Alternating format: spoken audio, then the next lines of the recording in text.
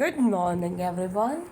So today we are going to start our chapter number 12, Air, Water and Weather. तो आज हम लोग इसका टेक्सचुअल पोर्शन ख़त्म करेंगे. No, we will try to complete because as we have many days. So what we will do is कि मैं ये आधा आज करवाऊँगी, आधा कल, और बाकी का जो रिविजन शीट में है वो हम लोग करेंगे फ्राइडे को. And let's see if we are getting time afterwards, then I will explain you the further one. Alright, so our only chapter number 13 has been remaining, and this is our term 2 syllabus. So now in air, water and weather, the first topic which we are going to study is sun's role. Sun का role क्या होता है? If we talk in the normal way, when it is related to the weather conditions, then sun plays a really very major role in it. The earth actually moves around the sun on its orbit, and that is known as the revolution. लेकिन वो एक angle पर tilted होता है, एक axis, अपनी खुद की एक्सिस पर एक एंगल पर टिल्टेड होता है. इसीलिए Therefore, the side of the earth facing to the sun को जो फेस कर रही है साइड, वो लंबी होगी, वहाँ पे दिन लंबे होंगे, एंड द हैंड्स, वहाँ पर समर सीजन्स होगी. What will be there? There will be a summer season होता है. Whereas the part of the earth, जिस पार्ट जो सन से दूर है, वहाँ पे कोल्ड होगी, विंटर होगा. ठीक है, देयर विल बी विंटर होता है. एंड मोर डिटेल्स अगर हम लोग सीजन की बात करें then that we are going to get from our chapter number 13. So earth actually also spins on its own axis, that is known as a rotation, and revolution causes seasons, whereas rotation की वजह से day and night आते हैं. Heat, जो सन की heat होती है वो ही जिम्मेदार होती है for the blowing of the wind. When the air gets heated up, जब एयर हीट अप होती है सन की वजह से तो वो लाइट अप होती है और वो ऊपर राइज अप करती है. एंड द कूल एयर, मतलब कि जो हैवी है वो नीचे रह जाती है अपनी जगह पर. So that is how the winds are been caused. Sun also changes the states of the nature of water in nature and causes humidity and rain. वो humidity और rain को cause करता है. The amount of water vapor present in the air is called humidity. जो air के अंदर water vapour है हम उसे ह्यूमिडिटी कहते हैं. वाटर वेपर जैसे ऊपर जाता है वो कंडेंस होता है, डस्ट पार्टिकल्स के साथ मिक्स होता है जो कि एयर में प्रेजेंट होते हैं, एंड देन वो एक टाइनी ड्रॉपलेट्स में कन्वर्ट हो जाते हैं.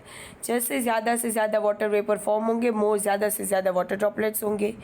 ज़्यादा से ज़्यादा वाटर ड्रॉपलेट्स एक साथ मिलकर क्लाउड्स बनेंगे, और ये जो क्लाउड्स हैं वो टाइनी ड्रॉपलेट्स के अंदर आ जाएंगे और वो मिलकर एक बड़ा ड्रॉपलेट बनेंगे. और जैसे ही वो क्लाउड हैवियर हो जाएगा, what will happen that it will fall down as a rain. तो वो सेचुरेटेड हो जाएगा रेन में. अगर कोल्ड जगह है जहाँ पर 0 डिग्री सेल्सियस से भी कम टेम्परेचर है, तो वहाँ पर जो वाटर है जो as a form of rainfall हो रहा है वो वहाँ पे as a form of snowfall होगा. Did you understand what I mean to say is, वहाँ पर स्नोफॉल होगा. The next topic is about the air. Air जो है वो हमारे आसपास सब जगह होती है. Actually we can say that it is the mixture of the several gases. अगर हम एयर की बात करें दैन दी हमारा जो एटमोसफियर है, what is atmosphere? Atmosphere is just the blanket of the air, means जो हमारे अर्थ पर सराउंडेड है उसका एक blanket, that's all. Moving air को हम विंड कहते हैं, जेंटल विंड को हम ब्रीज कहते हैं, स्ट्रॉन्ग विंड को हम गेल कहते हैं, and very strong wind is known as an storms. और जब स्टॉर्म्स एक थंडर और लाइटनिंग के साथ आते हैं they are known as an thunder storms. Now we are going to study something about the sea breeze and land breeze. तो जब सन हीट अप करता है तब लैंड और वाटर दोनों हीट अप होते हैं. तो लैंड जो हीट अप होता है, ठीक है, वो जल्दी कूल डाउन हो जाता है वाटर से, इसीलिए हमें वो सी ब्रीज और लैंड ब्रीज मिलते हैं specially at the coastal areas.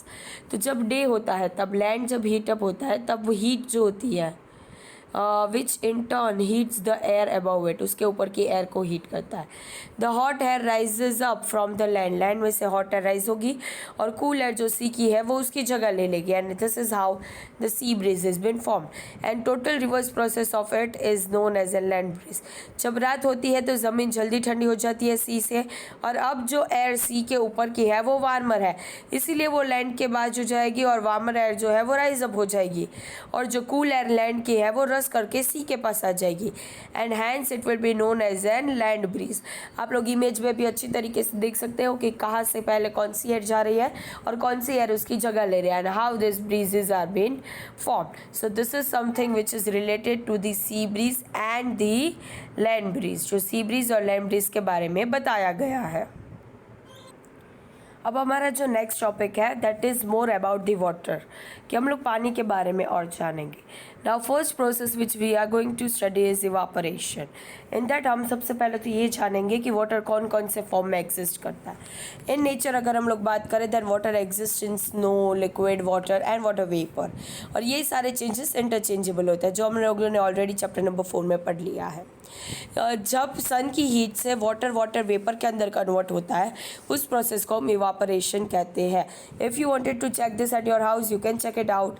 कि आप एक वाटर को बॉयल करने के लिए रखो एंड जैसे ही अगर आप उसे सन के नीचे रखोगे, आफ्टर अगर आप मॉर्निंग में रख रहे हो तो शाम को दिख रहा some of the water will be evaporated by the heat of the sun and that is the ultimate process of the evaporation. The next process is the condensation, कि अगर आपको ये प्रोसेस देखनी है then you just boil the water in a pan, cover it with the lid, और जब ये tiny droplets उसके लिड के ऊपर अंडर साइड पर आएंगे then you will able to see that is known as an condensation, means the process by which water vapor changes into the water, that is known as an condensation। और जो भी clouds form होते हैं water vapour condense होते हैं tiny droplets के अंदर, और फिर वो बिगर वाटर ड्रॉपलेट्स साथ में मिलकर होते हैं and then ultimately it fall down as a rain, that is known as an condensation process. Alright, so after this process we are going to study something related to the water cycle। you already know that what is the water cycle, कि जब evaporation होता है मतलब ocean में या किसी भी जगह पर वाटर स्टोर किया हुआ है, अगर वो इवापोरेट हो रहा है then it will mix up with the dust particle and it will condense and form the cloud। जब वो cloud heavier हो जाएगा and it won't be able to handle out the water, what it will do is it will just give out the water, means it will rain it out। और जब बारिश होगी then what will happen that it will fall down as streams and फिर वो ultimately जाकर वहीं मिलेगा and this process is been a continuous process and that is known as an water cycle. So you can write it in your own words also, there is no issues in that. After that we are going to study something related to the purification of the water, मतलब कि अगर मुझे पानी को purify करना है then how can I purify the water? So we should drink clean water, that is the first thing। You should not drink the dirty water because it will make you fall ill। So the water which is coming from the tap is really dirty and impure, so what is required for us is to make it clean। So for that the first process is the boiling process, which is really very simplest process for killing out the germs and it will just take a minute to kill the germs which are present in it, and by that time the water starts to get hot enough to boil most of the germs in it to die it out। So boiled water जो है हम उसे clean container के अंदर भी store कर सकते हैं बाद में। Then comes the sedimentation and decantation process। You have already studied about these two processes in your chapter number 4, that how we can do the sedimentation process and decantation process। That in a container we take the impure water and we will allow the impurities to settle down in the bottom, and afterwards when we take out the clean water, that is known as a decantation, and the settling process is known as a sedimentation। So after that the process which we are going to study is filtration। This is the best process rather than sedimentation and decantation to purify the water। This process is also the process which you have studied in your chapter number 4। और इस process के अंदर what we are going to do is that we are going to pass the water by the filter paper as your mother passes tea from the tea strainer, so that the impurities will stay above the filter paper and the clear water we will get at the bottom or at the end। And the last process which we are going to study is that is the chlorination, that by adding the chlorine we can kill the germs and make the dirty water a pure water। And for chlorination there are actually chlorine tablets also easily available, so you can use them also। So next comes the uses of water। water के uses हम लोग कहाँ use करते हैं।